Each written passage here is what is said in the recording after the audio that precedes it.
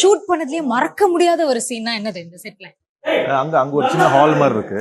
அங்க வந்து வைரவின்னு ஒரு கேரக்டர் இருக்காங்க, ஒரு நெகட்டிவ் கேரக்டர் இருக்காங்கல்ல. மறக்க முடியும். இன்னைக்கு வைரவி இல்லங்கறனால நான் சந்தோஷமா இருக்கேன். ஆமா, அவங்க வந்து எண்ணி இலக்கியா வந்து அழிச்சு இந்த ஆபீஸை வந்து அபகரிக்க ட்ரை பண்ணும்போது நாங்க அவங்களுக்கே தெரியாம அது முறியடிச்சு அவங்க முன்னாடி கால் மேல காலை போட்டு ஸ்டைலா உட்காந்து அந்த இதை காட்டுவோம், நாங்க பேசிட்டோம் பாருங்க. அந்த சீன் நல்லா இருக்கும் அங்க எடுத்தாங்க.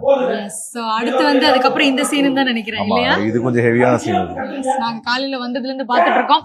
அமைதியா இருந்த கௌதம பொங்கி எழுற டெரரான கௌதமா பாப்பீங்க. ஆமா, இந்த சீன்ல வெரி இன்டென்ஸ் சீன். தம்பிய வந்து ஃபேஸ் ஆஃப் ஸ்ட்ரைட் சண்டை போட்டு ஒரு பயங்கரமான ஒரு டஃப் சீன்.